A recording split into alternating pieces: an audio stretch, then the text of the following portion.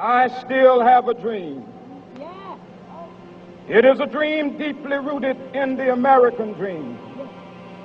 I have a dream that one day this nation will rise up and live out the true meaning of its creed.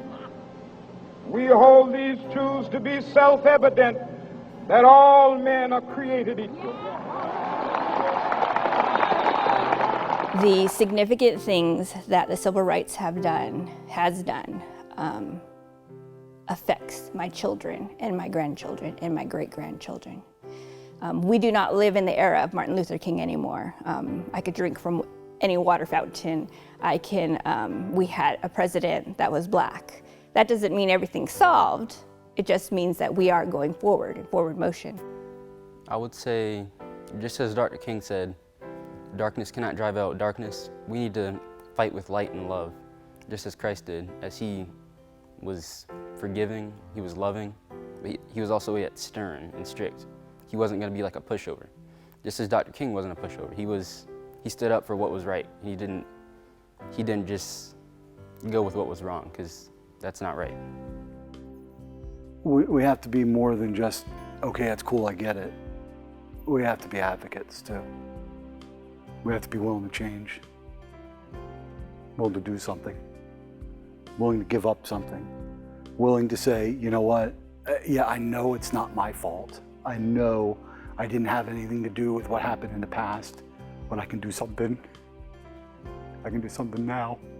Excuse me, I can do something now. It's hard because at times I have to be vocal and speak to others, and I'm lazy. And as a human, we always want to be lazy. And I feel like the role of the church, the role of its people, is to go ahead, those opportunities, despite what might happen, despite you being judged or anything, is try to help people, though I know that you can't force to help others. You can't force anyone to change the way they believe on anything. But at least you can be compassionate and show them that, hey, despite this, I love you. I still care about you. You might hate me for this and that. I'll still pray for you. I think that's one of the biggest roles for the church. I think as Christians, we can, love others. We can respect others. We can show them, Jesus Christ was the perfect example of how we should treat others. And so as Christians, we should do and role model what Jesus Christ has already role modeled for us. When I think about Scripture, it reminds me of the parable that Jesus said of the Good Samaritan, and the command that came out of that of loving your neighbor as yourself.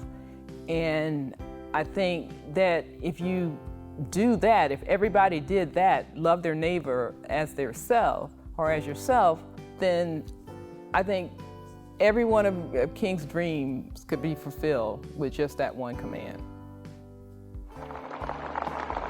I have a dream that one day on the red hills of Georgia, the sons of former slaves and the sons of former slave owners will they be able to sit down together at the table of brotherhood. I have a dream.